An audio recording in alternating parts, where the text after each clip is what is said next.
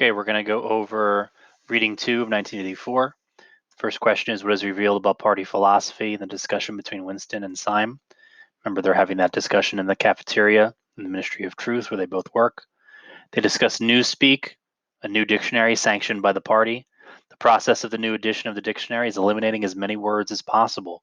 They mention that the concept of good and bad will be covered by only a few words, therefore limiting the ability of people to think in concepts outside of the ones approved by the party in the dictionary. In this Newspeak dictionary, they want to limit thought, as Syme describes.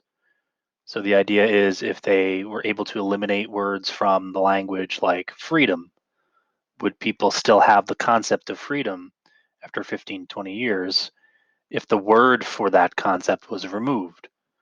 If the party doesn't want freedom, then we can see why they would want to have that word removed from the language. Another interesting observation is when Winston is listening to the man at the other table, he likens him to some kind of dummy, since he seems to just spout party rhetoric like a robot. And also, Winston thinks Syme will be vaporized because he's too smart for his own good.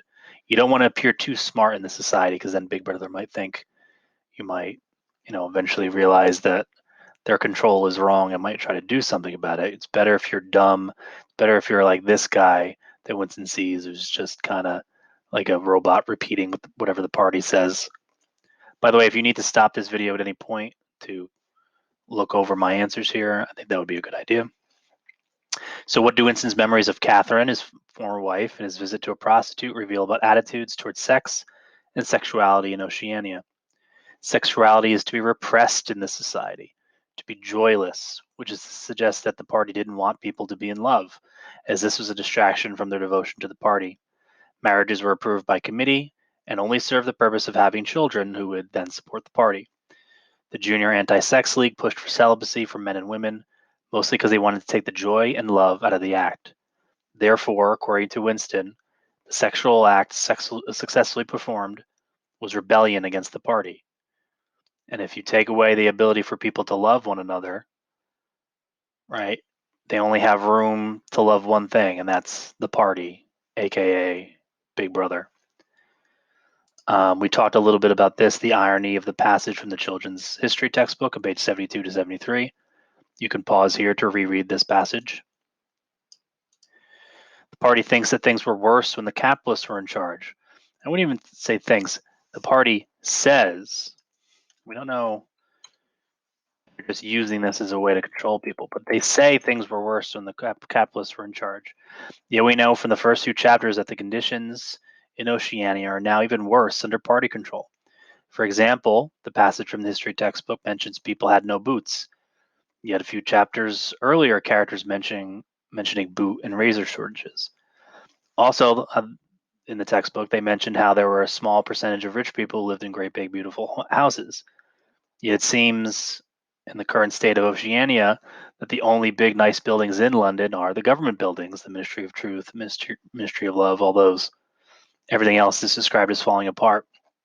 And you think of the power of why the party would do this. If you can control history books, what goes in them, and what children are taught, you can remake reality. So when those children grow up, the party's version of history is all they know. Why are the photographs of Jones, Aronson, and Rutherford important? Remember, these are the three that were arrested as being, as they were attempting to overthrow Big Brother. They were arrested, confessed to the crimes, and then executed. The photograph was from years earlier, and it showed the three men somewhere where in their confession they had said at that time they had been somewhere else.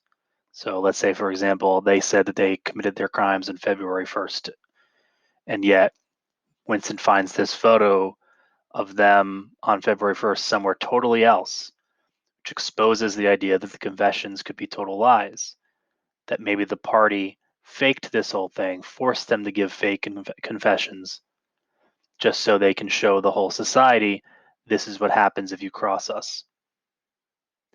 And the most significant part to Winston was that the photo was actual evidence of the party's lies, which is how they rewrite history. How does Winston view the proles? That if anyone was going to overthrow the government, it would be the proles because they make up a large percentage of the overall population. But they are so easily controlled and manipulated by the party they focus on petty specific grievances instead of what the government was doing to them. So even though Winston thinks that they're the only possibility for revolution, he doesn't think it's going to happen. The proles are too easily controlled and manipulated, and focus on petty grievances far too often, or silly things like winning the lottery, which you can see a key quote there on page 85. There is the quote here about freedom is the freedom to say that 2 + 2 make 4. If that is granted, all else follows. The government wishes to control objective truth, like whether 2 + 2 = 4 or not. If they can control that, they can have complete power. It also mentions own life, which is if you're too much of an individual and you don't take part in all the community Big Brother supporting events, that's a bad thing. The party does not want you on your own because then you could likely think individual thoughts. Question 5, what does Winston think about his conversations with the old man in the pub? Remember, he's fascinated with what life was like prior to the party taking control. And he thinks what was in those textbooks are lies. So he pursues this guy thinking he's old. He probably was around when the party was not in control. Maybe he can tell me what was going on. But unfortunately, the man is too drunk or his memory too bad to really remember anything about life before the party took over.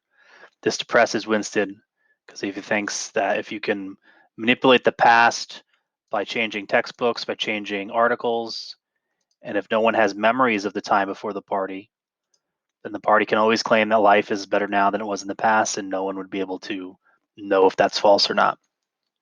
What does Winston discover at Mr. Charrington's shop? Not only this round piece of glass with a coral inside of it that he thinks is beautiful. Remember that people are probably not allowed to have beautiful things during this time.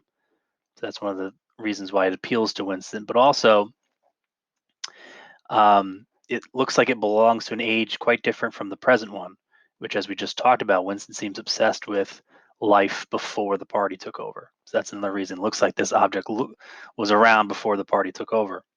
He also discovers a room above Mr. Charrington's shop that doesn't have a telescreen. It's like a bedroom you could rent out. And Winston is curious about this because if he rents this room out, he wouldn't be spied on by Big Brother because there's no telescreen, which, as we know, people watch it in their rooms or in their apartments, but it also watches them. And then lastly, Winston sees the dark-haired girl outside of Mr. Charrington's shop, and it almost confirms for him that he thinks she's spying on him. And if she is a big supporter of the party, as he thinks she is, she will certainly turn him into the thought police. This makes him think about smashing her over the head with the piece of glass, but then he doesn't do it, and then he later regrets not doing it. Because again, to him, he feels like if this girl is spying on me, and if she tells Big Brother, I'm toast. I'll be arrested and executed and never seen again. So that is reading 2 of 1984.